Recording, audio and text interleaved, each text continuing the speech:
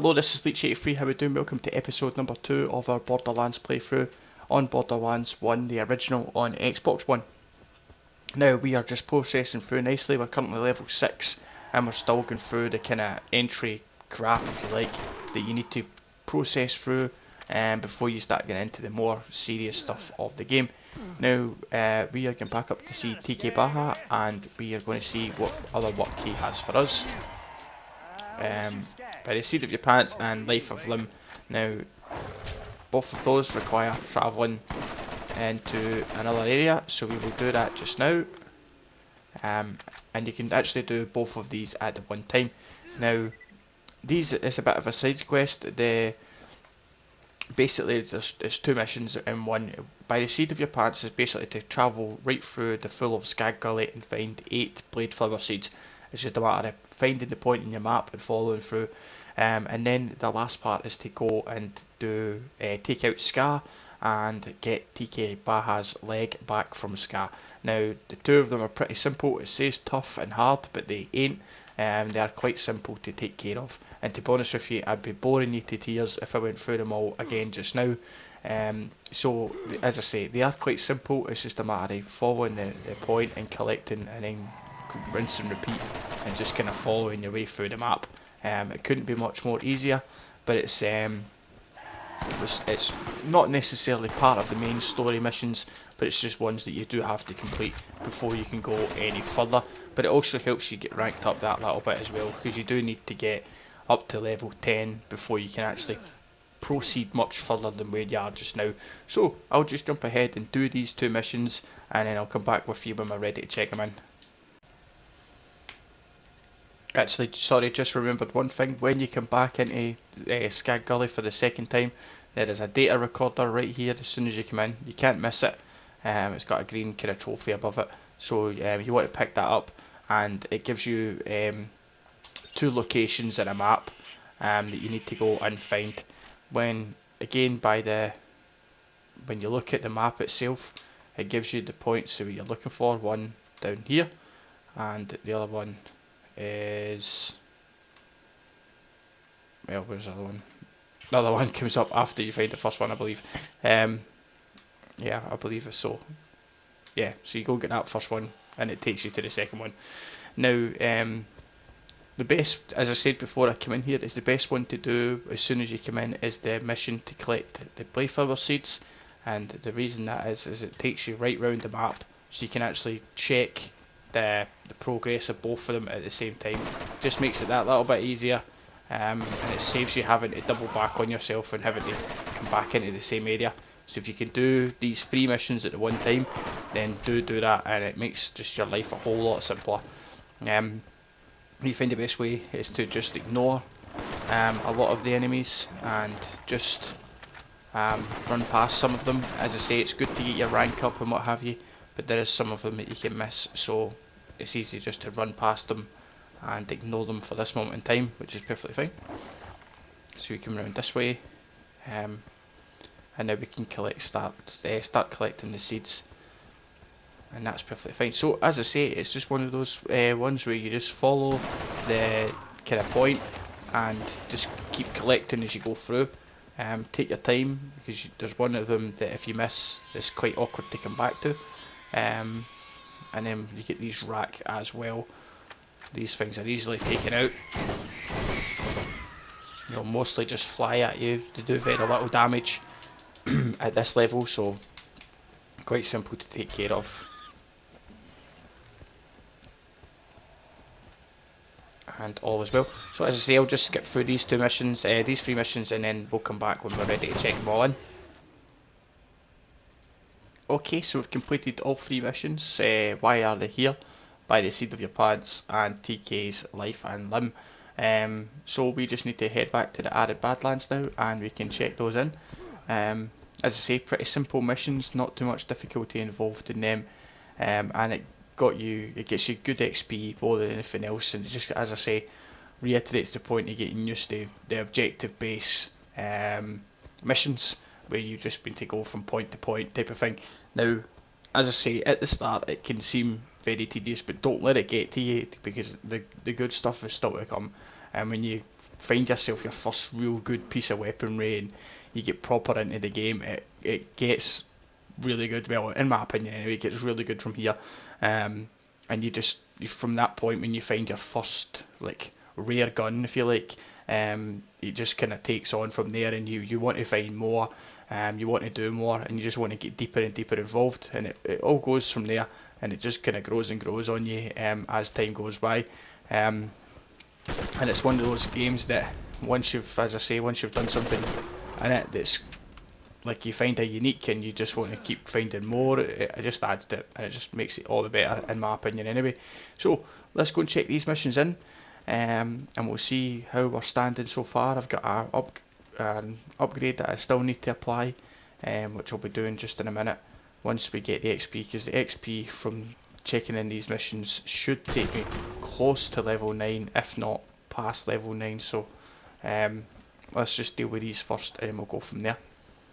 So back to TK my hat and check both of those in, and there we go, we're up to level 9 on that one. And every time you talk to TK you always get a skag coming at you. So let's just double check that he's got nothing else at the moment. That's perfectly fine. And we've got one other mission to check in, which we just need to go to the bounty board to deal with, which we will do in just a moment. Now earlier on I couldn't get this wasn't unlocking for some reason, but I'll just see if this catch a ride thing is working. Yeah, it is. So that's fine, we can check that in as well.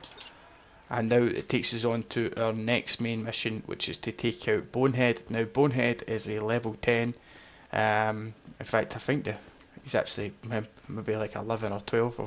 We'll go around and see Bonehead in a minute once we check in this other mission, which we'll just deal with. I guess it's a nice little shield which we will equip right away. Let's just get into that. Okay, that's a nice rare shield. We'll have some of this.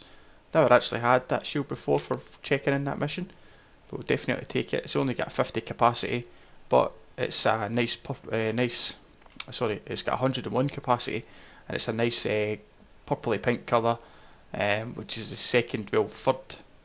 third highest rare in the game. It's white, and then green, then blue, then purple, then orange, and then there's pearlescent weapons as well.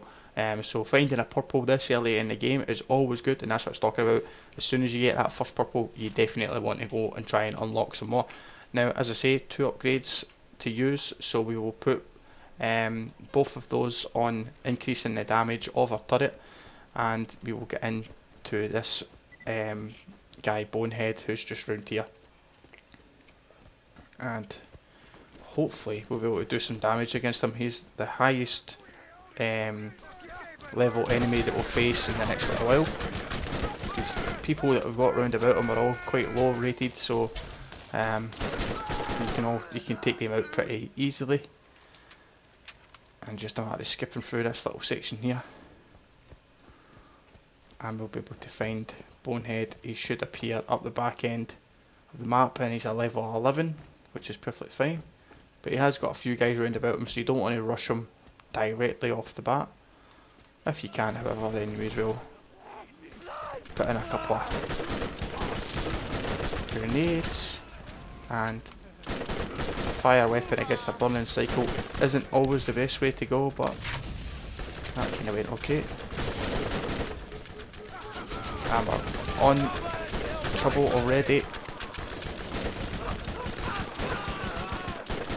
Level 10, this gun is struggling here,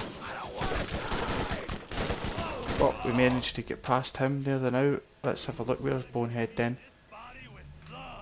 There he's there. This weapon might not be good enough to try and take Bonehead out. Definitely isn't. Now we are up at level 10 ourselves. We'll put our turret back out again, and hopefully the turret will just do enough damage that we can just nip round here and give him the finishing shot. And there he goes, he's out. And let's have a look at a nice little purpley pink weapon, the bone shredder. We will take that. I just need to drop a crap weapon first. So just get rid of this plywood sniper, we're not going to need that. So it's Y to drop it, and it goes down, and we will take, it's still going to be full, isn't it? Let's just use that.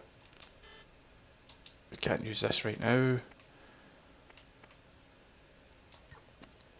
That's us, got 2 species left now, so there we go. We can finally pick up this nice little bone shredder, we'll take that and collect the cash round about it. That's the one annoying thing about this game, is that ammo and money isn't automatically picked up, but that's just the way it goes.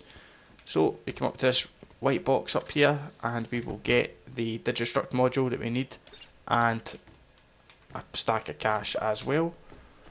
A couple of storage boxes in here if you wanted to get more cash, and that's basically about it at the moment. Can't do anything with that bit. Right, that's basically that bit just now. So we run back to our capture ride station, input the Digistruct module, and be able to spawn ourselves a car, and all is well in the world. Everything's going okay so far. And that always happens. They jump down and spawn just as you spawn as well, which is a bit of a pain in the rear end. That's one thing you need to get used to when playing Borderlands, is walk around the corner and then come back and all the enemies are back again. It's just the way it goes. So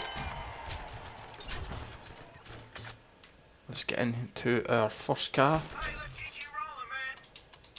and not really fussed what colour it is. Spawn vehicle, teleport in the driver's seat, and you've got a nice little car which has got a gun on it as well.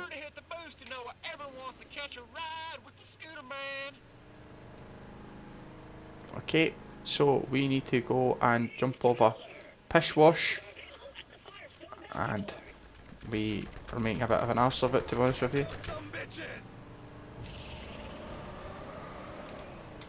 And there we go, that's easy days.